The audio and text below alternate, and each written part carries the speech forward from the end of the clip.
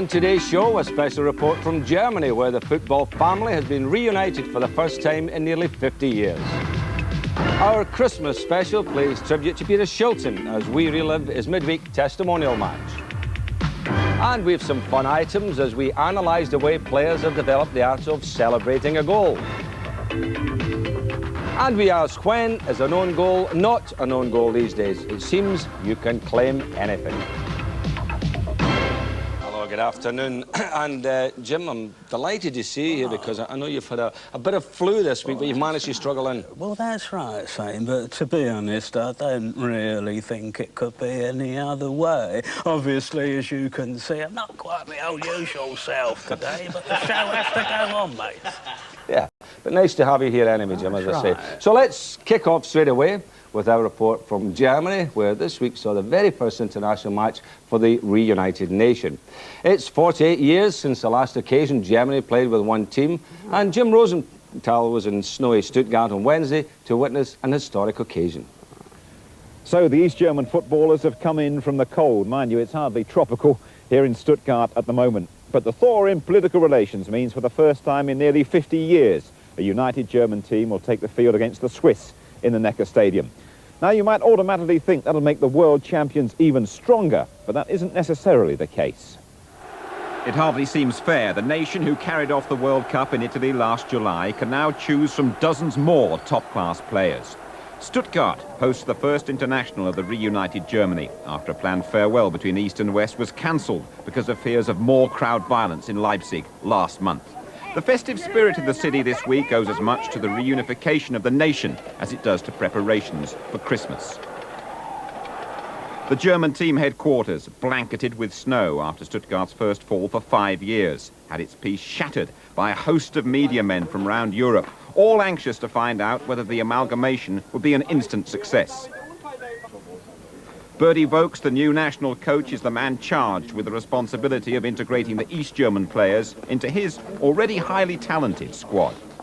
How do you react now to having all the players from East Germany available for your side? Okay, we have a very good team, and after this, maybe we take 3 strikers and a good midfield player, a very good goalkeeper, and maybe the one or the other position player from East Germany, and it's good for the team. We need not 12 or 15, we need 25, 28 very good players to prepare us for the EM or for the World Championship in '94. Matthias Sammer, capped 23 times by East Germany, is the first player chosen for the united German team from the East. He's an exciting addition to the team, skippered by Lothar Matthäus, currently one of the most accomplished players in the world, the European Footballer of the Year, the inspiration of the World Cup winning side. A colleague of Matthäus at Inter Milan is Jürgen Klinsmann, who sums up the attitude of the current squad to the influx of players from the East. It's the first time that they have the possibility to play in a united team, and we are very proud about this. And every player is really welcome in our team, but it's also the situation that there are not enough places for all the players, because you can play soccer just in 11.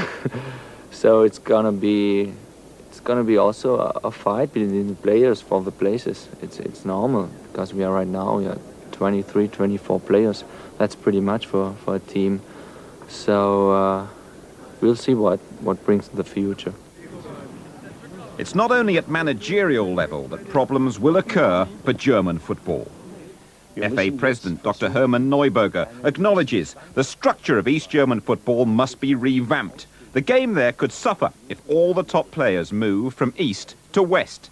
Administrators also fear a worsening problem all too familiar to the British game: hooliganism.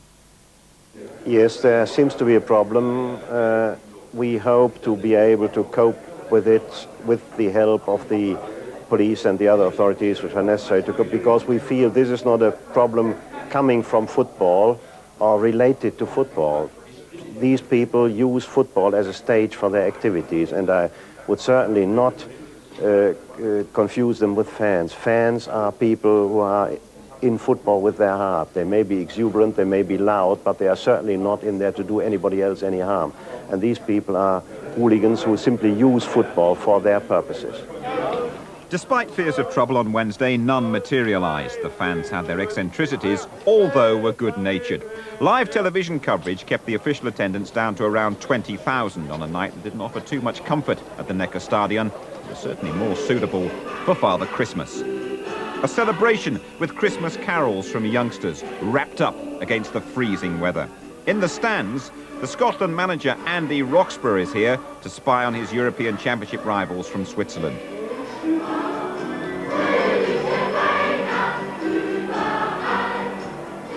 When the tune changed to the national anthem, the German papers made much of the fact the only East German, Matthias Sammer, kept his head lowered, his lips tightly closed, while his teammates sang in unison.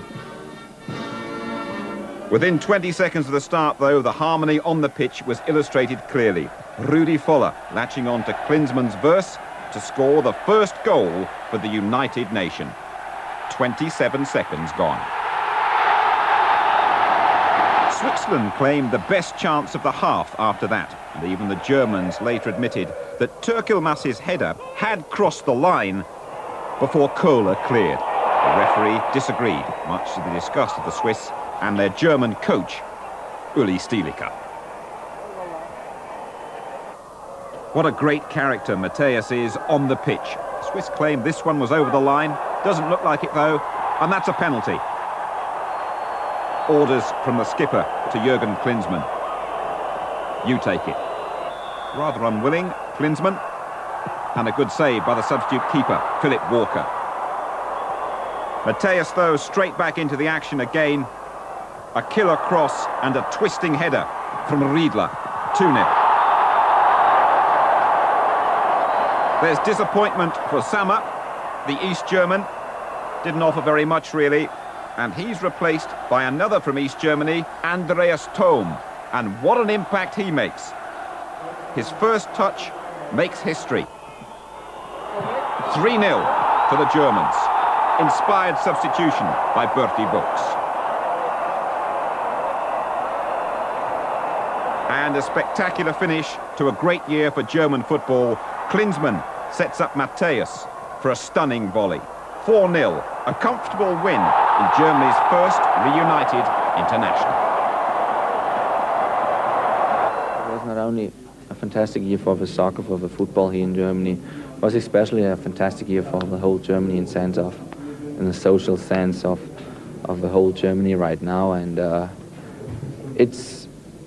a little bit proud of having the possibility to enjoy this year and to have lived this year also with all the people, and it was a little piece of history. Yes, another piece of history there, James. It's great, yeah. First time Klinsmann's done something without falling over. Well, it was. Right. Actually, it was nice to see him on his feet there for that interview, wasn't it? Marvellous, mate. Right, well, we have more international action for you now as we catch up with two high-scoring performances in the European Championship qualifiers. Here's Clive Tyldesley. Two of Europe's most accomplished marksmen took the opportunity to get in some midweek target practice. Marco van Basten scoring 5 times in Holland's 8-0 win in Malta. Nobody more delighted than his teammates to see him back at his sharpest after a quiet World Cup. His stride quickens the moment the cross is on the way to make him first to the ball with spectacular results. But the best was yet to come. His third and fourth either side of half-time were memorable efforts that would have seen off better teams than Malta. First, a classically executed bicycle kick from Hullit's cross. Marvellous athleticism.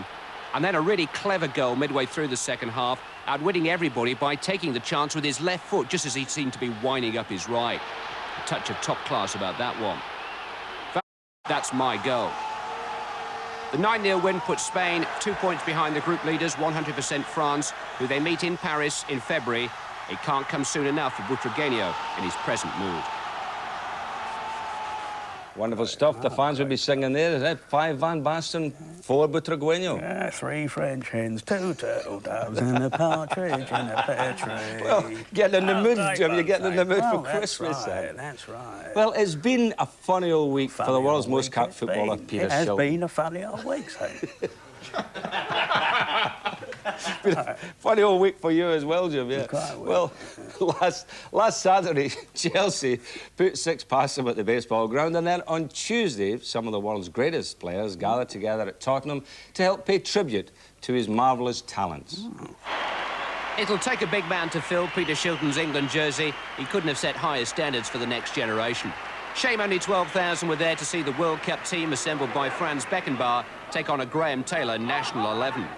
With the likes of Valderrama, Haji and Miller facing him, Shilton might have expected a busier night.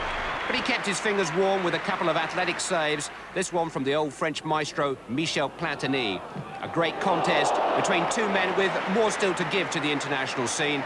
Shilton the winner as usual. England scored twice in the opening quarter of an hour. The first, a rather iffy penalty awarded for Aston Villa's Kent Nielsen's challenge on Aston Villa's David Platt. Platt wasn't in agreement, but wasn't arguing either. Gary Lineker, who dispatched 2 life-giving penalties past Thomas and Kono of Cameroon in Naples during the summer, repeated the act. Chris Waddle was one of the night's successes, employed as a so-called wing-back by Graham Taylor, setting up a wing-forward Matthew Le Tissier for a persistent goal.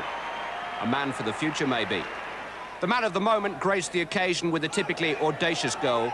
Paul Gascoigne making it 3, weaving past defenders like a slalom skier. He rarely disappoints when the stage is set for him. Shilton made an early exit to rest his legs for club commitments. Lineker and company will be seeing plenty more of him yet, though. He still has 2 years of his Derby County contract to run. As one England great departed, another returned. Kevin Keegan's scampering running action may have changed, but his touch hasn't, and neither has his appetite for the game. His old boss at Southampton, Laurie McMenemy, wanted to substitute the substitute, but Keegan wasn't leaving without leaving his indelible mark on the game. With 9 minutes to go, he revived his Newcastle partnership with Waddle and Gascoigne and made it 4-0 himself with a diving header. It was a night when England, old and new, came together to honour the man who served England magnificently through several eras. It's fantastic. A week before Christmas, to turn out a crowd like this, it's made my evening, and you know, something I'll remember for the rest of my life, so tremendous. Well, he thoroughly deserved the tribute, didn't he, Jim? Well, that's right. A great goalkeeper, Schultz. I've always been, actually, a great fan of Schultz. I was with him the other night, actually, with Dave Bassett, the Sheffield United manager, and Big Ron Atkinson of the Wednesday. I said to Dave, what's your ambition, Dave, for 1991? Well, he said, to be honest, my ambition is for Sheffield United to win a league game. Yeah. And what about you then, Ron? I said, well, he said, 2nd Division Championship, Rumbelows Cup, FA Cup, Charity Shield, top of the 1st Division. That is a bit over the top, Ron, I said. Well, he started it, said Ron.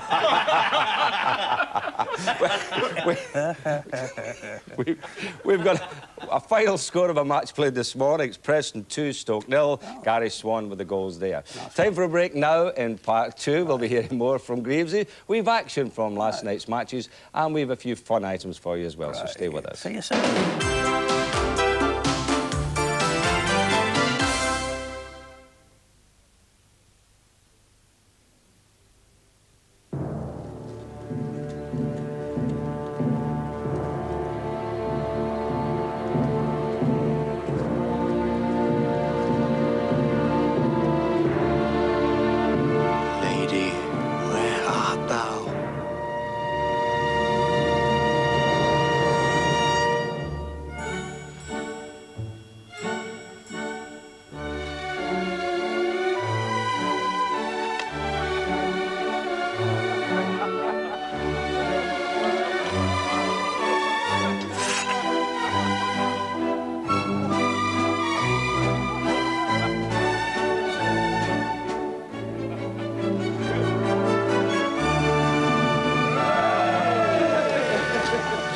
They drink Going Back label. I'll just go and ask.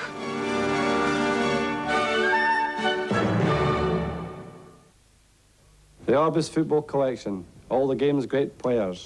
All the game's best looking managers. With 1 or 2 exceptions. Are you confused about switching to unleaded and trapped into using 4-star? Help is on its way. For Esso, who were first to sell unleaded in the UK, have produced a simple guide that releases you. It explains who can make the break to Esso Unleaded and who to Esso Super Plus Unleaded.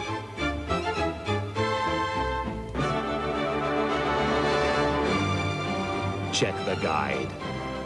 There's nothing to hold you back.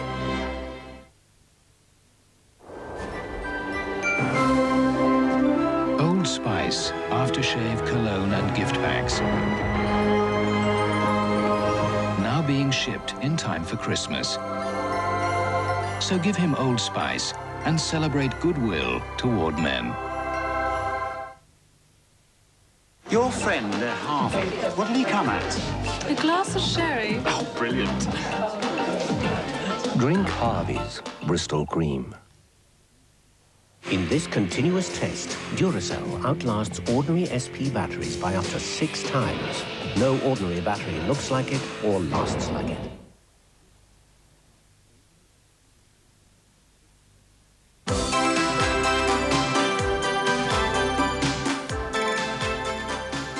Welcome back, and with Christmas shopping at its frenzied height, many clubs opted to play last night, and we've gathered together some of the action for you, starting at Boundary Park, Oldham against Plymouth. On the old plastic region, I know you weren't a favourite of plastic pitches. No, not really, say no. How long have they had this then? I've not seen that before. Oh! Neil Redfern, 80 seconds, Joe Royal's team in the lead. Great goal, Sam, great goal. Now, Keith Edwards is on loan from Huddersfield, and as you know, he's the league's leading goal scorer, and there's another one from to the tally. 1-1. Kenny Brown puts Plymouth 2-1 up. Kenny Brown, you remember Kenny. Did you play with Kenny Brown? No. Kenny Brown. No, I played with his dad. Yes. Yeah, I remember old Ken, that's his boy. Roger Palmer made it 2-2 a minute before half-time. Nice goal, that one, say. Nice goal, that. He took it well. I mean, to be honest, that's as good a goal as you'll see in this particular match. Into the second half, Errol Barrett, centre-back. What's he doing up there, Jim? Scoring a goal, I think. Yes. And then he's up again, only, what, minutes later, he's up again, setting up this goal. Good player, good player. Good ball, and Neil Redfern, his second of the night. 4-2. 4-2. Oh, what can I say? Not a lot of it. Young Kenny again, young Brownie getting his second. Oh, nice goal, Sam. 4-3, so all on tender hooks. Actually, you took that very well, Sam. He did. And Roger Palmer, what a player he's been for Oldham over the years. Marvellous player. At his own hand again, knocks and Oldham top of the second division, Jim. Right, top of the second division. Right. Isn't it marvellous? But talking about Palmers, here's another Palmer down in this match, Portsmouth against Ipswich. Steve Palmer scoring a goal for Ipswich. Is that his brother, Sam? One's black and one's white. Possibly not, in the second half, this was big Colin Clark who'd come on as a substitute. Nice goal that from the... Nice goal, Clark. Yeah, took it well. Nice goal, Sam. Took that one well, Sam. Now it's up to Merseyside for our Friday night favourites, Tranmere against Birmingham. Right. You're a lot, Sam. Actually, been having a little bit of a struggle of late, so it was nice to see this one going in. Kenny Irons finishing off well.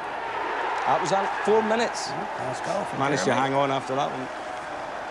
So a good result for Tranmere. Marvellous. Well, there's plenty of league action at ITV over the Christmas and New Year period, with Spurs against Manchester United, New Year's Day, Crystal Palace against Liverpool on the 30th of December, and tomorrow at the normal start time, 2:55, it's Aston Villa against Arsenal from Villa Park. Now we're going to highlight a trend which threatens to rewrite the goal-scoring statistic records. We've noticed that so many goals that were originally credited as own goals are now being claimed by the attacking players. Clive Tilsley reports again. Claiming deflections is one thing, but when Wimbledon scored the most significant goal of last weekend, in the last minute at Arsenal, John Fashanu took the congratulations and the credit for it. It was only later that goalkeeper David Seaman owned up to a missed punch. Fashanu never even touched it. When it comes to goal stealing, the crime rate is on the up, particularly on Merseyside. Hinchcliffe's free kick. McCall trying to get there. Oh, and it off the save! Stuart McCall will claim the goal, but it bounced off the crossbar and on to Glenn Hussein. Stuart McCall's header was actually heading out, but benevolent Everton awarded him that Goodison Derby goal, just as they awarded Pat Nevin this one at Sheffield United. No wonder Dixie Dean used to get so many for them. Anders Limpar's 8 goals for Arsenal this season have been an unexpected bonus. He'll get a lot more with this kind of help from fullbacks. Limpar celebrates another goal, but Leeds United's Mel Sterling actually whipped the ball off his toe, then shot himself in the foot. Back to Arsenal and Wimbledon finally, the opening day of the season, and a goal the Arsenal programme gave to Alan Smith and the newspapers to Don's defender Keith Curle. But is this a case of a striker not claiming a goal that does actually belong to him? I fancy number 10, Paul Merson, got the final touch. But I put it to Merson, and he just won't have it. Thank goodness there's still one honest striker out there. Crazy. Well, that is amazing, Greavsie. If people claiming goals, It you is never even crazy, touched the ball. I mean, if you back to your playing days, you'd you'd have claimed it, you'd had about what, 950 goals. I think so. So you might even have got into double figures. That's a possibility. That's a possibility. No, I mean, but it's ridiculous. Saying, I mean, they'll have Ken Bates claiming goals at Chelsea soon because it's his ball. Ridiculous. Right now, from scoring goals to celebrating goals. And those of you who saw the way that Lee Sharp reacted to his goal against Everton for Manchester United a couple of weeks ago will have appreciated a little style is called for in these matters nowadays. We've put together a montage of the development of the cultured art of celebrating. Miller, good turn. Miller inside the penalty area. Higuita off the line. Roger Miller's done it. He's the only swinger in town.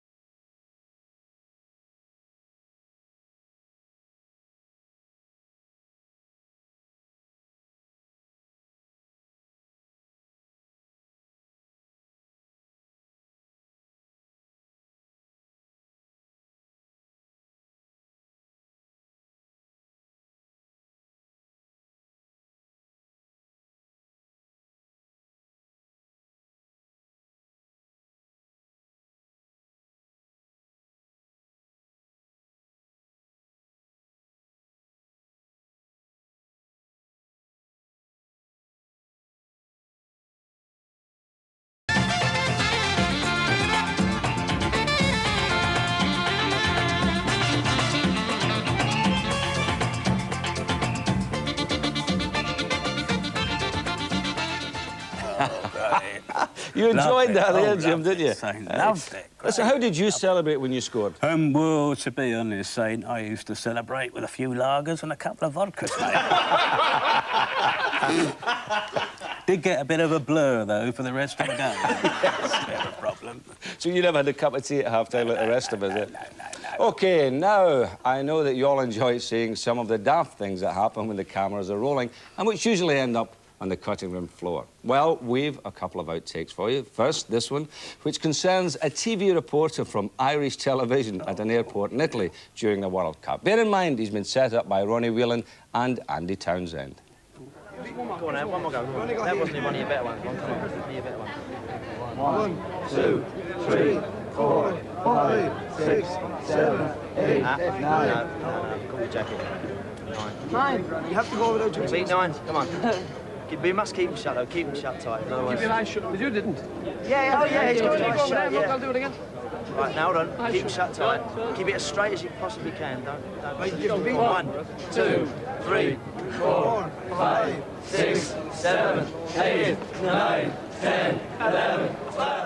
Well, we'll be back with him a little later. But before we do, here's an outtake from the ITV Athletics coverage of the European Championships. Jim Rosenthal was attempting to say goodnight to the viewers when a member of his own production team took centre stage. There's one person back home we'd like to thank, and that's Glenn and Anne. And I just hope they're going to have a little drink on us tonight. And you've got a little message, I think, as well. Spin round him on and show that one. There we are. We did it, Mum, both of you. Tom and Yvonne, brilliant. Great day for Britain and a fantastic day for Scotland as well. Well done. Marvellous. OK, well, as the triumphant Scots move away, let's just take a check on the medal table. And goodness me, it does look excellent reading for Britain.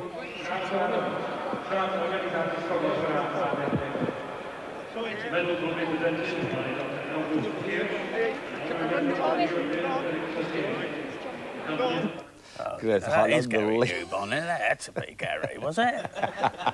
No, it wasn't Newbon.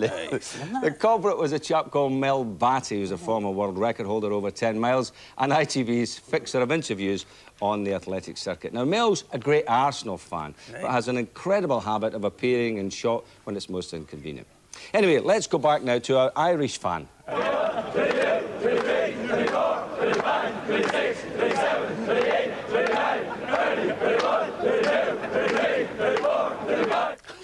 And he's still going. He's still going, Jim. God, I've got an itch, mate. It's still going. Yeah, I mean, he's got about as many friends as that Gorbachev. What are you doing? Are you having a problem? Right, let...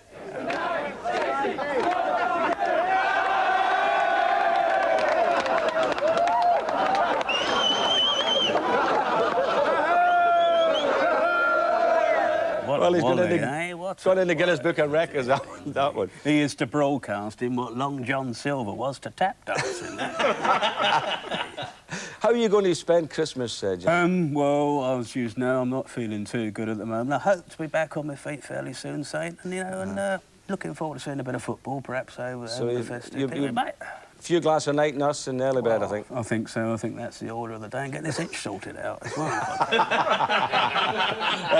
That's it. Just before you go, you can check if you've won a prize in last week's competition. Yeah.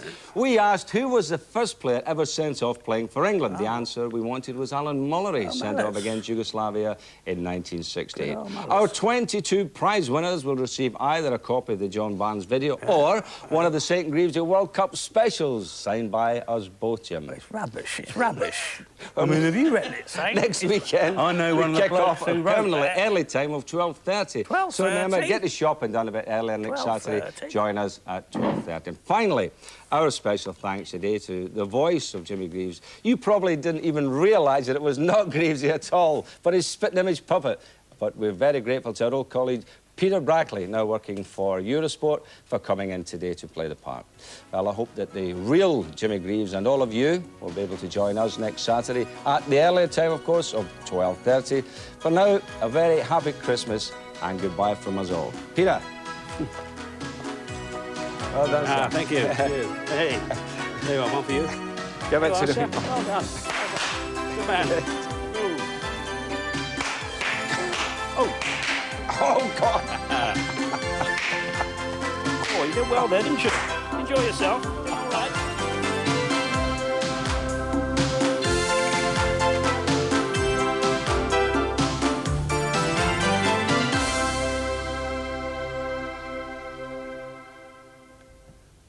The Match 1991 Soccer Annual, produced by ITV Sport and featuring all the stars and match action, is now available in bookshops priced £4.25.